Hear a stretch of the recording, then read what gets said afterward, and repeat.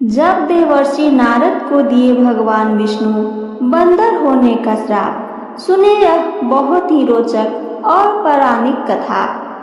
एक दिन नारद मुनि घूमते घूमते हिमालय पर्वत पर एक पवित्र गुफा में पहुंच गए। वह गुफा देवलोक समान थी। उन्होंने वहां अपनी तपोस्थली बनाई। यहाँ उन्होंने भगवान विष्णु की तपस्या शुरू कर दी। जब इस बात का पता देवराज इंद्र को चला तो वो चिंतित हो गए। उन्हें लगा कि कहीं उनसे उनका इंद्रलोक का सिंहासन न छीन जाए। ऐसे में इंद्र ने उनकी तपस्या भंग करने का सोचा। इसके लिए देवराज इंद्र ने कामदेव को नारद मुनि के पास भेजा। कामदेव ने वहां पहुंचकर नारद मुनि को तपस्या में लीन देखा। तब उन्होंने अपनी माया से उनकी कामाग्नि भड़काने की कोशिश की। सबसे पहले उन्होंने ऋतु परिवर्तित की। उन्होंने बसंत ऋतु उत्पन्न की और उसके होते ही पेड़ पौधे रंग बिरंगे पुष्प से आच्छादित होने लगे। कोयल की आवाज आने लगी। कामदेव ने नारद मुनि के पास अप्सराएं भी भेजी, लेकिन नारद मुनि की तपस्या में कोई विघ्न नहीं पड़ा। कामदेव को लगा कि कहीं उन्हें इस कृत्य के लिए नारद मुनि से श्राप न मिल जाए।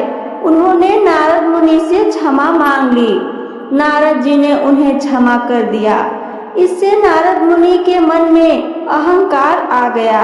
वे शिव जी के पास पहुँचे। उन्होंने शिव जी के सामने खुद का बखान किया और शिव जी समझ गए कि नारद को अहंकार में डूब चुका है।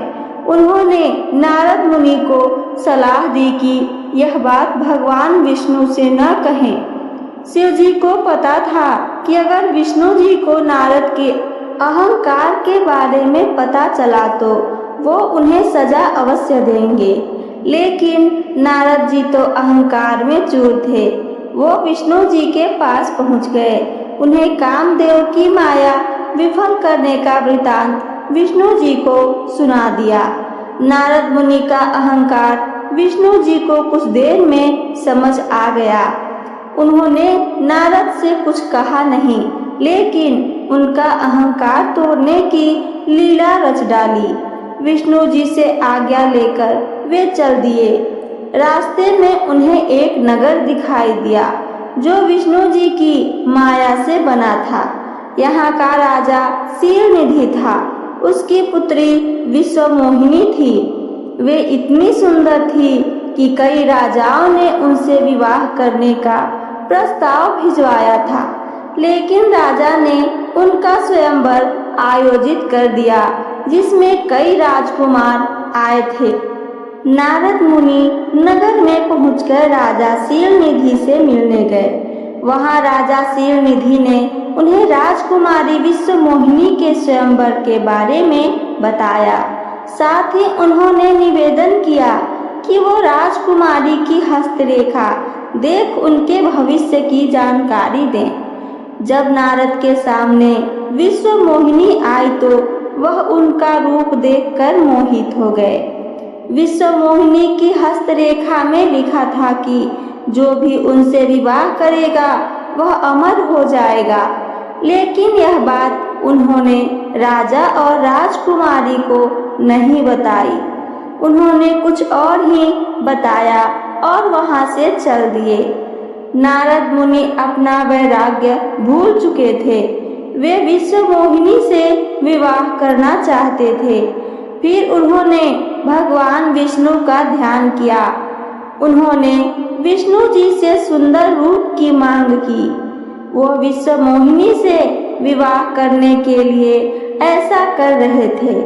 भगवान विष्णु ने कहा, नारद, तुम्हारा कल्याण हो, और अंतर ध्यान हो गए। उन्होंने अपनी माया से नारद मुनि को बंदर का रूप दे दिया। वे स्वयंवर के लिए निकल गए। उनका मुंह बंदर जैसा हो गया था। एक पेड़ के पीछे छिपे दो शिवगण यह सारी माया देख रहे थे। वे नारद मुनि के पीछे स्वयंवर में पहुंच गए। ये दोनों नारद मुनि के पास बैठे और उनकी रूप की प्रशंसा करने लगे। इससे उनका अहंकार और भी बढ़ गया था। जब राजकुमारी विश्वमोहिनी वरमाला लेकर आई तो उन्होंने एक अन्य राजकुमार के गले में वरमाला डाल दिया। राजकुमारी ने नारद मुनि को देखा ही नहीं। वह राजकुमार और कोई नहीं बल्कि भगवान विष्णु थे। ये सब लीला भगवान विष्णु का ही था। यह देख नारद के मन में क्रोध और ईर्ष्या का भाव जाग उठा। इस दौरान शिवगण भी उनका परिहास करने लगे। उन्होंने कहा, ऐसे मुंह को कोई दासी भी ना देखे, जरा जल में अपना मुंह तो देखो। नारद मुनि ने जब अपना मुंह देखा तो उन्हें बहुत ही गुस्सा आया। उन्होंने शिवगणों को राक्षस बनने का श्राप दे दिया और विष्णु जी से मिलने निकल गए। तब तक उनका मुंह भी सामान्य हो चुका था। रास्ते में उन्हें विष्णु जी मिले। उनके साथ माता लक्ष्मी और विश्वमोहिनी भी थी। यह देख नारद मुनि विष्णु जी की माया समझ गए थे। नारद मुनि का क्रोध इतना बढ़ गया था कि वे विष्णु जी को न जाने क्या क्या कहने लगे। नारद मुनि ने कहा कि उन्होंने उनके साथ छल किया है, इसका परिणाम उन्हें भुगतना ही पड़ेगा। आपने मनुष्य रूप धारण कर विश्वमोहिनी को प्राप्त किया है। ऐसे में मैं आपको श्राप देता हूँ कि आप मनुष्य योनि में जन्म लेंगे और स्त्री वियोग से गुजरे।